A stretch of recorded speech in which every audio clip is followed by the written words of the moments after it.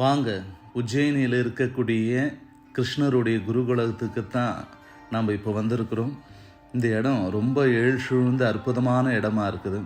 நம்ம கிருஷ்ணருடைய வரலாற்றை ஓரளவுக்கு நம்ம தெரிஞ்சிருப்போம்.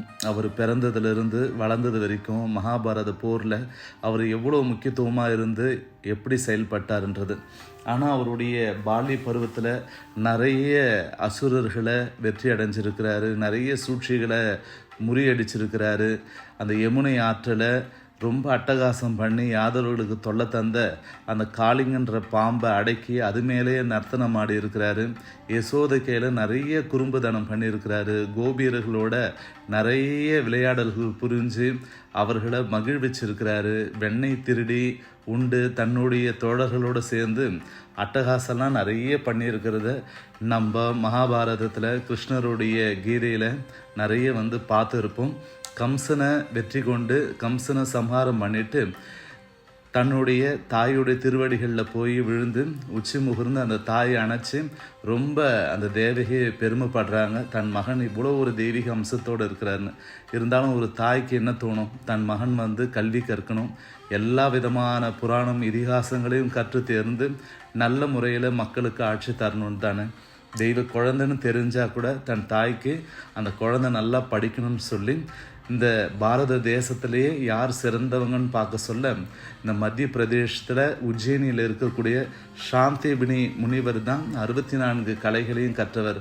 அங்கே படிக்க வச்சா ரொம்ப ரொம்ப சிறப்பாக இருக்கும்னு சொல்லி கூட இருக்கிறவங்களாம் சொன்னதுனால பலராமனையும் கிருஷ்ண பரமாத்மாவையும் அந்த இடத்துல சாந்திபினி முனிவர் கையில் போயிட்டு சேர்த்து விடுறாங்க. எவ்வளோ குறும்புத்தனமாக சுட்டியாக இருக்கக்கூடிய அந்த கிருஷ்ண பரமாத்மா அங்கே போயிட்டு ரொம்ப பவ்யமாக அந்த சாந்திபினி முனிவர் இடத்துல பணிவிடைகள்லாம் செஞ்சு ரொம்ப ரொம்ப பக்தியாக இருந்து அந்த இடத்துல சேவை செஞ்சு அந்த வானிலை சாஸ்திரம், வில்வித்தை, போர்க்கலைகள், மற்ற எல்லா விதமான 64 கலைகளையும் அவர் கற்கிறாரு. அவர் பூஜை செஞ்ச இந்த மகாதேவரை தான் அம்மாவும் தரிசனம் பண்ணி பூஜை செஞ்சேன். ரொம்ப சிறப்பு வாய்ந்த இடம். இப்போ பார்க்குறீங்களே, இந்த குளத்தில் தான் அனுதினமும் கிருஷ்ணர், பலராமர் அவருடைய தோழர்களோடு சேர்ந்து நீராடி அந்த குருவுக்குண்டான சேவை செய்கிறதுக்குண்டான தீர்த்தங்களை எடுத்துகிட்டு போய் கொடுக்கறது, அந்த சுற்றி இருக்கிற வனத்தில் இருக்கிற புஷ்பங்களை பறிச்சுட்டு போய் காட்டில் இருக்கிற கனி வகைகள்லாம் எடுத்துகிட்டு குரு சேவைக்கு அர்ப்பணம் செஞ்சு அந்த குருவுடைய பேரொருளை அவர் பெறாரு. எப்போ நம்ம ஒருத்தர் குருவை மதித்து அவரை போற்றி வணங்குறோமோ நம்மளுக்கு எல்லா விதமான கலைகளும் சித்தியாகும். அவரோட வரலாறு பார்த்திங்கன்னா அந்த வரலாற்றை அழகான முறையில் ஓவியங்களாகவும் அழகான சுவரில் இருக்கிற அந்த சிற்பங்களாகட்டும் பார்க்குறதுக்கே அவ்வளோ ஒரு பிரமிப்பாக அழகாக வடிவமைச்சிருக்கிறாங்க.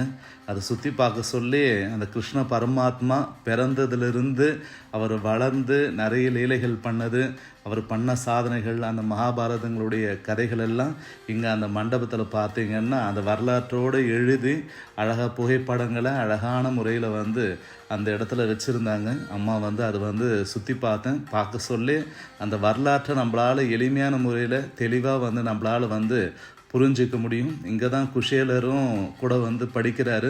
குஷேலர் வறுமையாக இருக்க சொல்ல அவர் கிருஷ்ணரை போய் பார்க்க சொல்ல ராதா ருக்மணியோடு வரவேற்று அவருக்கு ஆசனம் அழைச்சி அவருக்கு பாத பூஜைலாம் செஞ்சு அந்த எடுத்துகிட்டு அந்த அவுள் சாப்பிட்டு அந்த குஷேலரை குபேரனாக மாற்றியிருப்பார். தன் நண்பனுக்காக எதை வேணால் நான் செய்வேன் அப்படின்ற ஒரு கண்ணன் நம்ம கூட இருந்தாருன்னா எவ்வளோ ஒரு மகிழ்ச்சி நம்ம வாழ்க்கையில் சௌபாக்கியம் இருக்கும்.